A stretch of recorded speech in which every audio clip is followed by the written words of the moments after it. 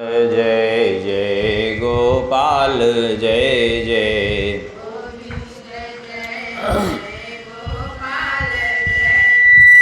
राधारमण हरि गोविंद जय जय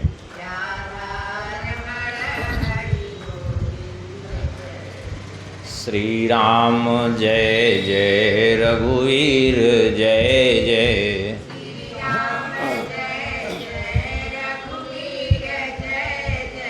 सीतारमण श्री रघुनाथ जय जय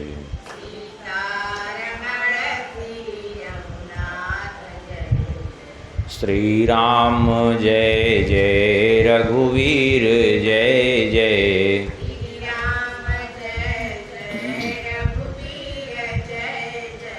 सीतारमण श्री रघुनाथ जय जय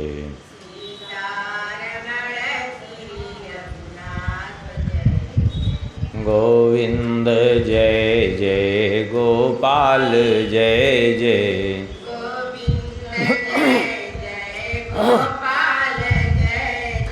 श्री राधारमण हरि गोविंद जय जय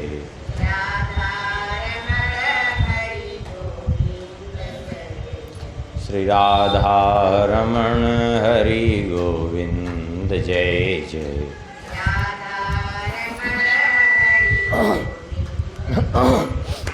श्री वृंदावन बिहारी लाल की श्री राधा श्याम सुंदर भगवान की श्री सिद्धिसदन बिहारी बिहारिणी जी की श्री हनुमान जी महाराज की श्री कनक भवन बिहारी बिहारी जी की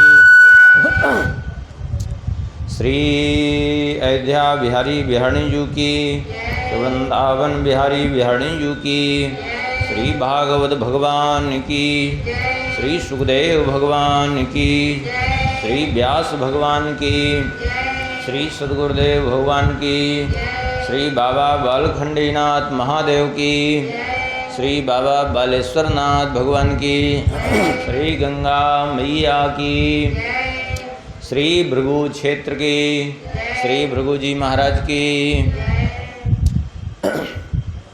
श्री भागवत भगवान की श्री सुखदेव भगवान की श्री व्यास भगवान की श्री सूत जी महाराज की समस्त सौनकादि ऋषियों की श्री परीक्षित जी महाराज की जय जय श्री सीताराम जय जय श्री राधे श्याम नमः पार्वती पतये हर हर महादेव। हरिशरणम परम मंगलमय प्रात प्रखिलेश्वर अकारण करुणावरुणालय भक्तवांछा कल्पतरु भगवान की महती कृपा करुणा से भगवान के ही वांग्मय स्वरूप श्रीमद् भागवत जी के माध्यम से भगवान के दिव्य पवित्र चरित्रों का कथन श्रवण का सुंदर सुअवसर प्राप्त हो रहा है। कल के प्रसंग में श्रवण किए भगवान का प्रागट्य हुआ और रात में ही भगवान को नंद बाबा ने मथुरापुरी से ले जा कर के गोकुल में पहुंचा दिया। वसुदेव जी ने नंद भवन में प्रातःकाल सबने देखा तो खूब विधिवत जन्मोत्सव मनाया गया और श्री नंद बाबा ने 2 लाख गौएं दान की ब्राह्मणों को, 7 तिल के पहाड़ दान किए, वस्त्राभूषणों से अलंकृत करके और खूब जन्मोत्सव बड़े धूमधाम से मनाया है। और इधर गोपियाँ आती हैं, भगवान को आशीर्वाद देती हैं।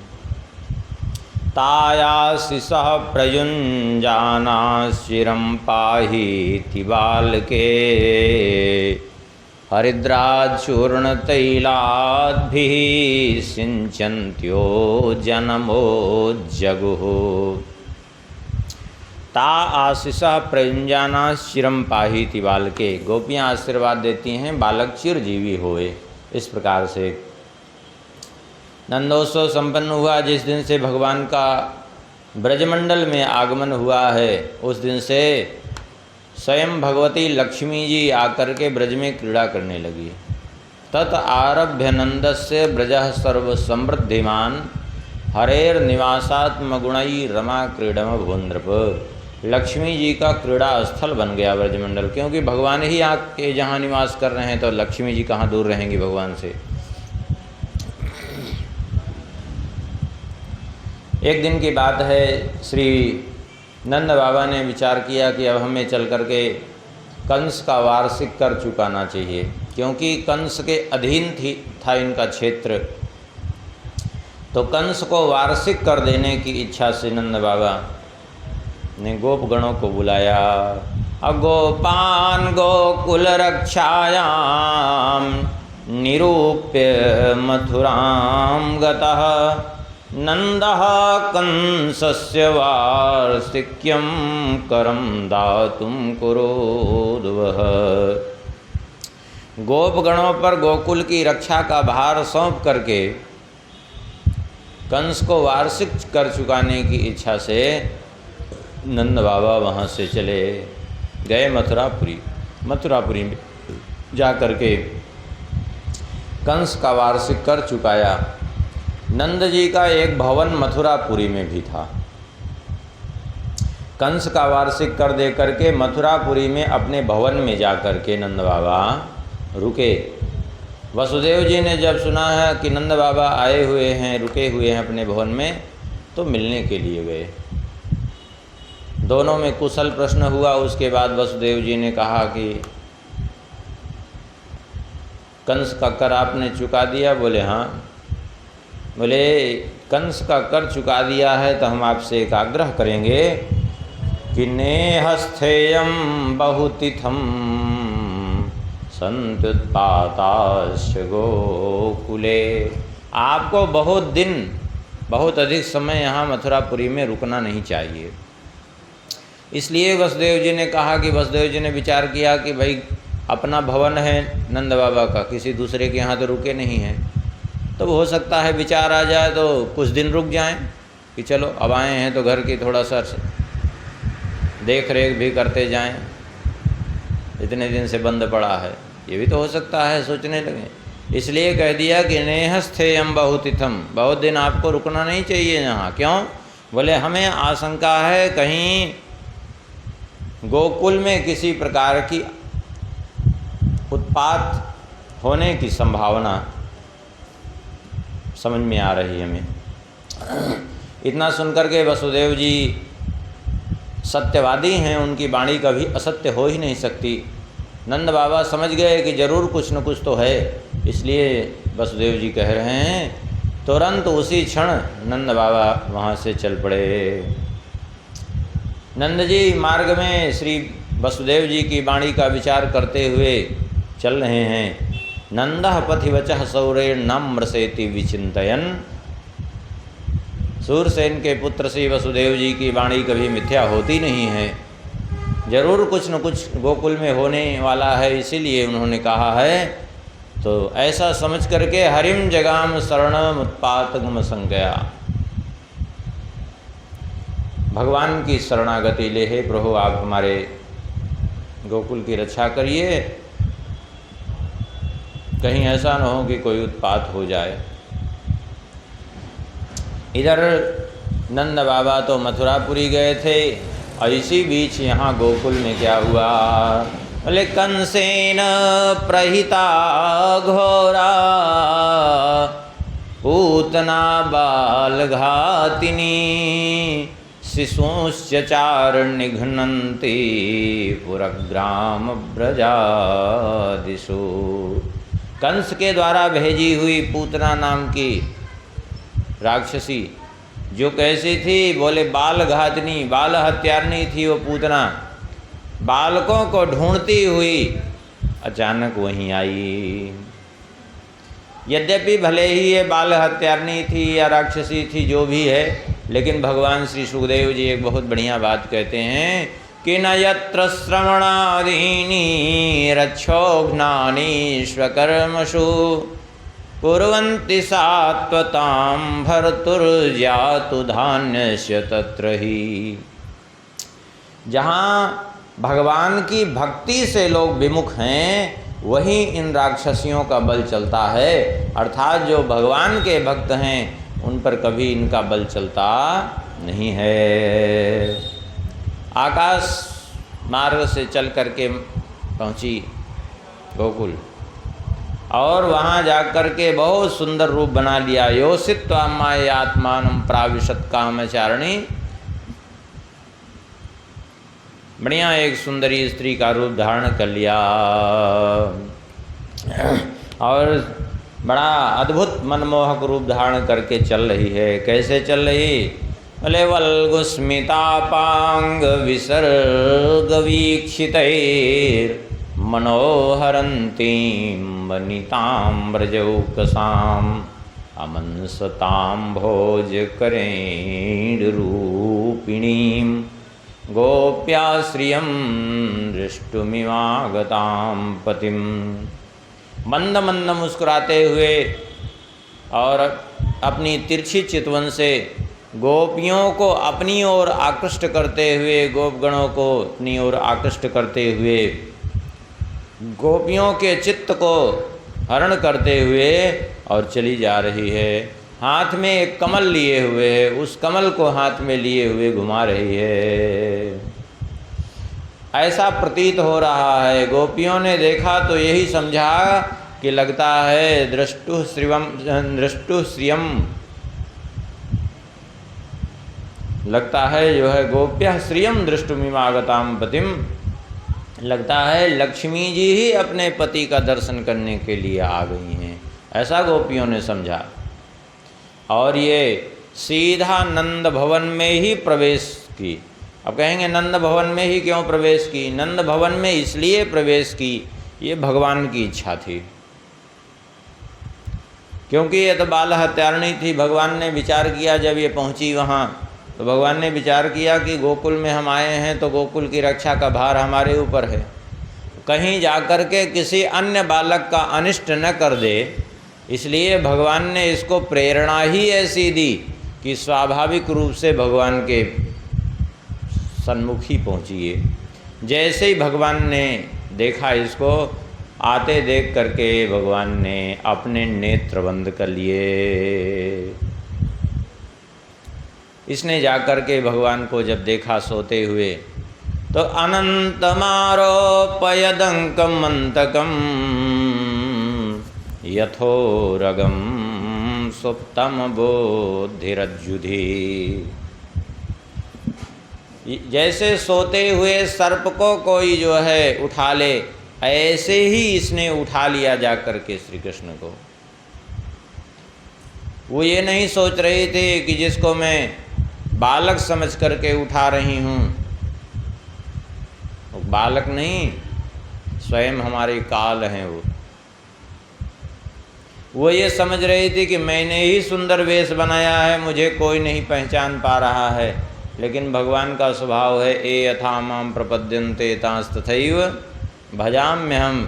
जैसे भगवान के साथ कोई करता है, भगवान भी उसका उत्तर भी उसी रूप में देते हैं। ये अपना वेश बना करके आई है तो भगवान भी बालक वेश बन करके। ये बालकों की काल है तो भगवान काल के भी महाकाल हैं, और भगवान भी अपना बालक वेश बना के खेल रहे हैं, क्योंकि भगवान के सामने जो जैसा करेगा वैसे ही भगवान उसको उत्तर देते हैं। जैसे देखिए रावण सीता जी का हरण करने के लिए चला, क्या नकली स्वर्ण मृग लेकर के मारीच को क्या किया, बोले नकली स्वर्ण मृग बनाया। भगवान ने विचार किया बड़ा विचित्र आदमी है ये तो रावण। अरे इतनी बड़ी सोने की लंका में रहता है, सोने की कोई कमी नहीं है इसके पास, लेकिन फिर भी ला रहा है हमारे पास तो नकली सोने का मृग। अरे असली लाता तब भी चलो ठीक था, सोने का ही मृग ला रहा है हमको लालच दिखाने के लिए, तो नकली सोने का मृग। तो चलो जब वो नकली सोने का मृग ले आ रहा है तो हम भी नकली ही सीता भेज दें, क्या समस्या है? हाँ भाई, तुम्हारे नकली के बजाय हम भी नकली ही देंगे। और वही किया भगवान ने। फिर असली सीता को जो है अग्नि में समाहित कर दिया और नकली सीता को भेज दिया, जाओ, क्योंकि तुम भी नकली स्वर्ण मृग लेकर के आए हो ना। भगवान ने भी यही यहाँ भी किया कि तुम इतनी भयंकर राक्षसी होकर के सुंदर स्वरूप धारण करके आ रही हो, तो हम भी बालक स्वरूप में तुमसे भेंट करते हैं, चिंता मत करो। तो जैसे कोई सोते हुए सर्प को रस्सी समझ करके उठावे, ऐसे ही अपने काल को इसने बालक समझ करके उठा लिया। और क्या किया बोले, तस्मिन् स्तनं दुर्जर वीर्यमुल्बणं घोरांकमादाय शिशोर्ददावथ गाढ़ं कराभ्यां भगवान् प्रपीड्यत प्राणैः समं रोषसमन्वितोऽपिवत्। अपने स्तनों में भयंकर कालकूट विष लगाए हुए थी और वही अपना स्तन भगवान के मुख में दे दिया। भगवान ने क्या किया, गाढ़ं कराभ्याम भगवान प्रपीड्यत। भगवान ने अपने दोनों हाथों से जोर से पकड़ा और उसके बाद दबा करके भगवान ने पीना चालू कर दिया। प्राणैः समं रोषसमन्वितोऽपिवत्। उसके प्राणों के साथ उसका दुग्धपान प्रारंभ कर दिया भगवान ने। दुग्ध तो पी रहे थे, प्राणों को भी भगवान ने पीना प्रारंभ कर दिया।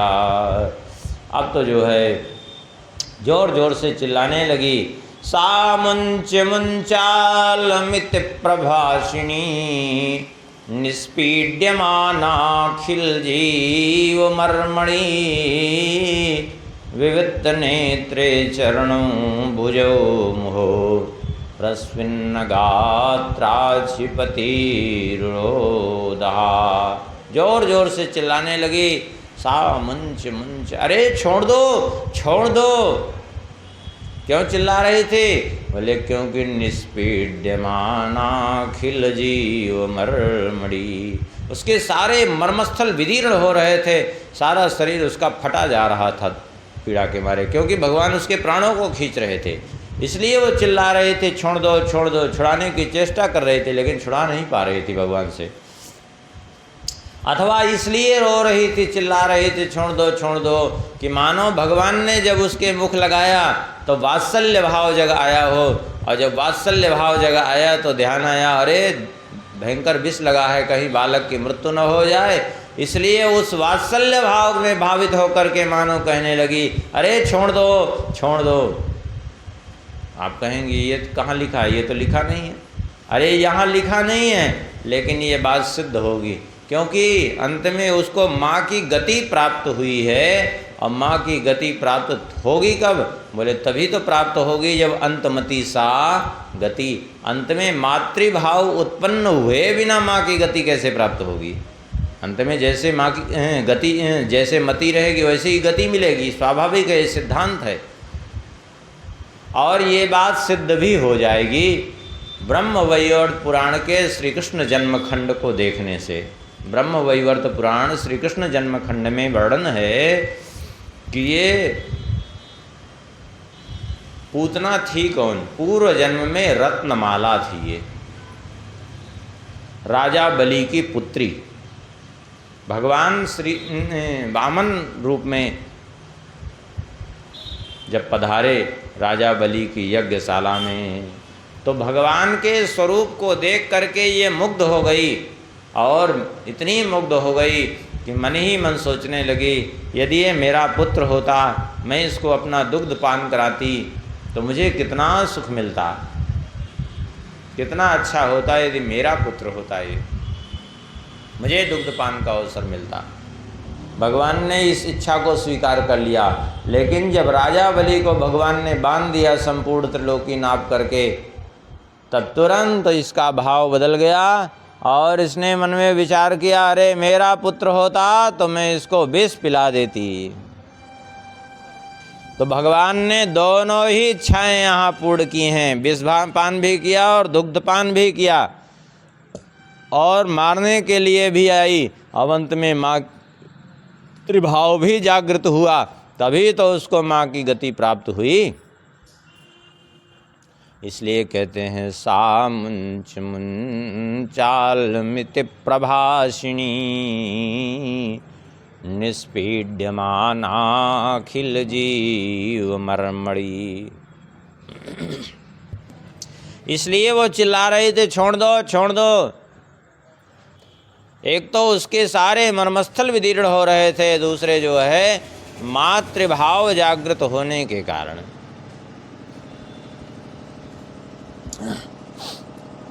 आखिर में भगवान से अपने आप को छुड़ा तो पाई नहीं, उसका वास्तविक शरीर प्रकट हो गया। पीड़ा के मारे अपने आप को रोक भी नहीं पाई, उसका वास्तविक स्वरूप प्रकट हो गया। उसका स्वर इतना गंभीर था कि उस गंभीर स्वर से दिशाएं गुंजायमान हो गई। भागी मथुरा की ओर कि यहाँ तो छुड़ा नहीं पा रही हूँ, चलो मथुरा किसी तरह पहुँचूँ। लेकिन जैसे भागी चली जा रही थी, अभी मथुरा पहुँची ही नहीं, बीच में ही जो है जा कर के गिर पड़ी। वो एक विशाल उपवन था, उसी में जा कर के गिरी। उसके गिरने से क्या हुआ, बोले पतमानोपि तद्देह त्रिगभ्योऽत्यन्तरद्रुमान् चूडयामास राजेन्द्र महदासीतदद्भुतम्। उसके गिरने से 6 कोस का पूरा उपवन चूर्ण हो गया, सब नष्ट हो गया। इतना विशाल का देह कि उसकी आँखें तो विशाल अंधेरे कुएं के समान दिख रही थी, उसके हाथ दोनों, उसकी के पैर दोनों ऐसे लग रहे थे जैसे पुल बंधे हों। भाग करके सब गोप गोपी गए हैं और जा कर के भगवान श्री कृष्ण को उसके ऊपर खेल रहे थे, उतारा है। उतार करके यशोदा रोहिणीभ्यां ता समं बालस सर्वता रक्षां विदद्रे सम्यक गोपुक्ष भ्रमणा दिवी। यशोदा जी, रोहिणी जी ने जा कर के उठाया और ला करके गाय की पूँछ घुमाई है अरिष्ट निवारण के लिए, और गौमूत्रेण स्नापयित्वा पुनर्गोरज सार्वकम रक्षां चक्रुश्च सकृता द्वादशांगे सुनाम भी। गौमूत्र से स्नान कराया है, गोरज लगाई है, और उसके बाद जो है एक रक्षा कवच का पाठ किया है। इस प्रकार से जो है सब करने के बाद तब श्री यशोदा जी ने दुग्ध पान कराया। बड़े प्रेम से दुग्ध पीने लगे। तब विश्वास हो गया कि पूर्ण रूप से सुरक्षित हैं, पूर्ण रूप से सकुशल हैं, और उसके बाद सुला दिया, सो गए। इधर नंद बाबा जब पहुँचे गोकुल, उन्होंने जब यह दृश्य देखा तो देख करके जो है बड़ा आश्चर्य हुआ, और फिर से वसुदेव जी की बात स्मरण में आई कि वसुदेव जी ने सत्य ही कहा था, वो यही हुआ। जरूर वसुदेव जी नूनम बतरसी संजात योगेशो आसमास सा सैव दृष्टो युत्पातो यदाह न कुदुन्दुवी। लगता है पूर्व जन्म में कोई ऋषि थे श्री वसुदेव जी, तभी तो जो है उनकी बाड़ी अक्षरशः सत्य हो गई। इस प्रकार से कहा। इधर जो है अब उसका इतना विशालकाय शरीर, समस्या ये थी कि अब इसको संस्कार कैसे किया जाए। तो फिर एक निर्णय किया गया कि कलेवरम परशुभिश्चित्वा तत्ते ब्रजौपसह, कुल्हाड़ियों से काट काट करके बहुत से टुकड़े किए गए उसके शरीर के, और उसके बाद लकड़ियों की चिता पर रख करके उसका संस्कार किया गया, बहुत सी चिताएं बना करके। अब तो जब वो चिता जली तो उससे अगर किसी सुगंध निकलने लगी, और वो जो बाल हत्यारणी थी वह पूतना भी जातु धान्य पिसा स्वर्गम अवाप जननी गतिम कृष्ण भुक्तस्तना क्षीरा किमु गावो नुमातरः। वह पूतना जो है भगवान के परम धाम को चली गई। कैसे? बोले माँ की गति प्राप्त करके। या तो धान्यपि सा स्वर्गम अवाप जननी गतिम। यहाँ स्वर्ग चली गई का तात्पर्य नहीं, स्वर्ग सा स्वर्गम अवाप माने स्व स्वर्गे गीयत इत स्वर्गायो हरि तल्लोकम भक्तानाम निवास स्थानम। जो स्वर्ग के देवताओं के द्वारा भी जो वंदनीय भगवान श्री हरि उनके परम धाम को चली गई।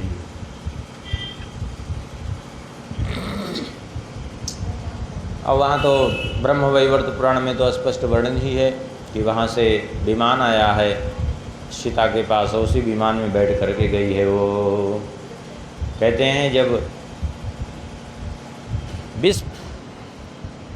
जब पूतना, जय श्री राम, जय श्री राम, जब पूतना विष पिलाने के लिए आई थी और उसको माँ की गति प्राप्त हुई, तो जिन गोपियों ने, जिन गौओं ने भगवान को दुग्ध पिलाया उनको माँ की गति प्राप्त हो तो आश्चर्य क्या, उनका तो कहना ही क्या है।